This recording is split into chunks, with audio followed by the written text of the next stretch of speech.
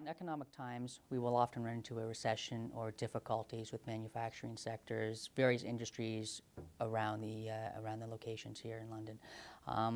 The one benefit that you'll receive often is a severance package if you haven't received substantial notice.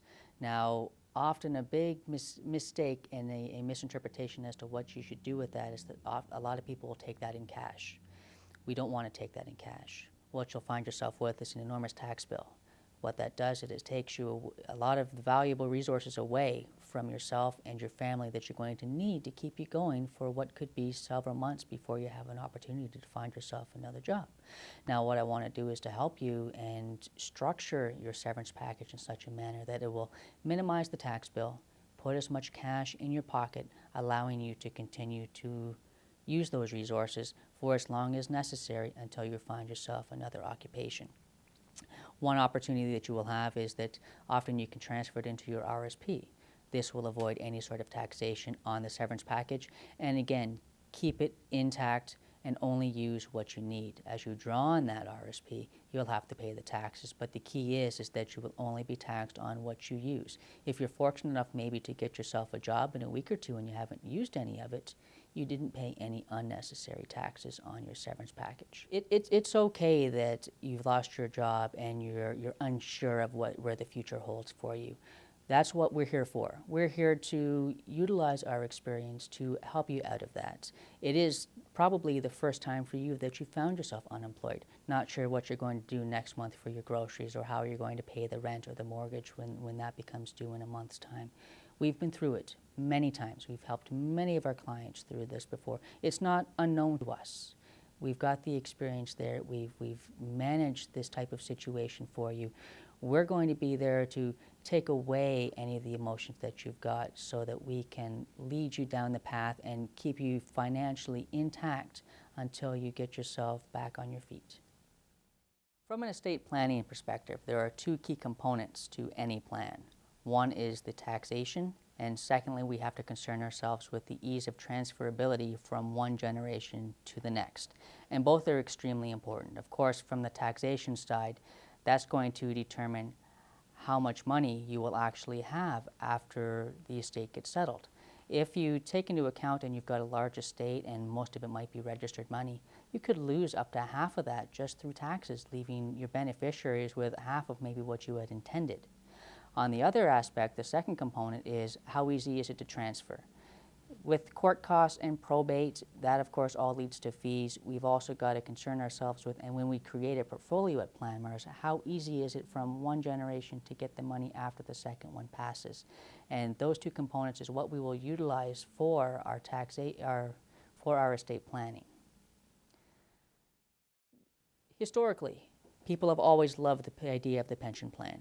Guarantees you an income for the rest of your life. But there is a downside to that pension plan. One is the transferability. Perhaps it's not transferable to your beneficiaries. So if you were to pass away and you had collected the pension, it might be absolved by the pension plan. So if you can just imagine a situation where you've contributed to this pension plan for 30 or 40 years, perhaps if you pass away prior to collecting a substantial portion of that, that gets absolved in the pension plan, your beneficiaries are left with nothing.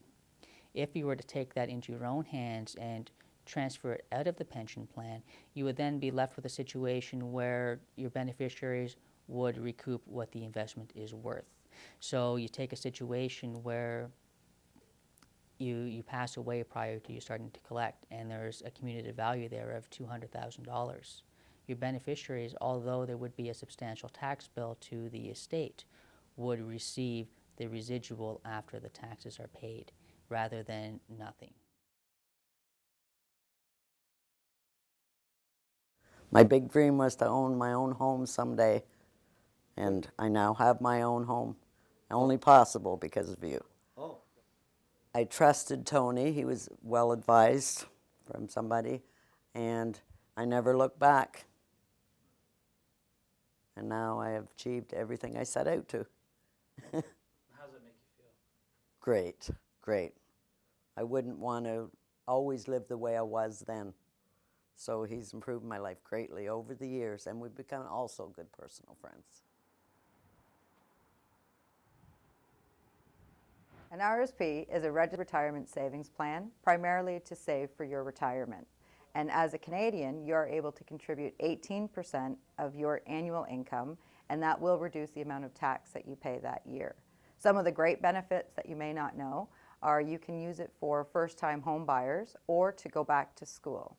Your RSP can reduce the amount of income tax you pay that year, and the money that stays within the investment will grow tax-free or tax-sheltered, which means that as the investments improve and you have a profit, there won't be any dividends or capital gains or any tax issues that will be related to the RRSP. As it grows and it stays invested, it will grow tax-free. It will be exempt from any tax that may occur in an open investment. So if you're married or common law, you're able to income split, which is an excellent tax strategy to reduce both of your incomes, which as a result will have you pay less tax. Did you know the government will also contribute a portion toward your child's RESP? So it's a great incentive to start when you know that the government will also contribute to the plan.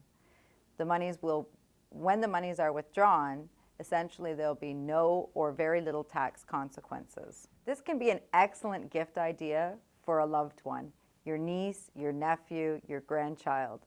Let's face it, they get many toys and lots of clothes, they grow out of them, they get bored of them, and RESP can be a great way to save for their future and help them out with their post-secondary education.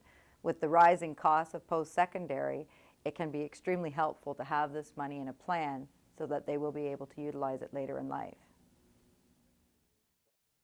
An ITF is an in-trust for account that an adult will set up an account for a child, and they will manage the account on behalf of that child until the child reaches age of majority. The difference between the ITF or in-trust for account versus the RESPs are that the in-trust for account have no restrictions. You're able to withdraw the amount when you would like, and you're able to use that money outside of education. So you could help that child buy their first car, purchase a home, or maybe assist them with a wedding. There are no restrictions. So you have that flexibility at any time to pass on that money and let that child decide what they would like to purchase with the money. You should come to Planmar. We've got welcoming arms. We sit down with our clients and we really make them feel at ease. There's many options. It can be very complex, and we try to keep it simple. That way the client can walk away feeling good about the investments that they carry. And taking the emotions out of some of the cycles that may present itself, working with that advisor, they will guide you through some of the turbulence times, taking that emotion out of investing, which is really the primary problem when people panic, is the fact that their investments may be volatile. So we really try to have them understand, a good understanding of how their investments and what they're invested in.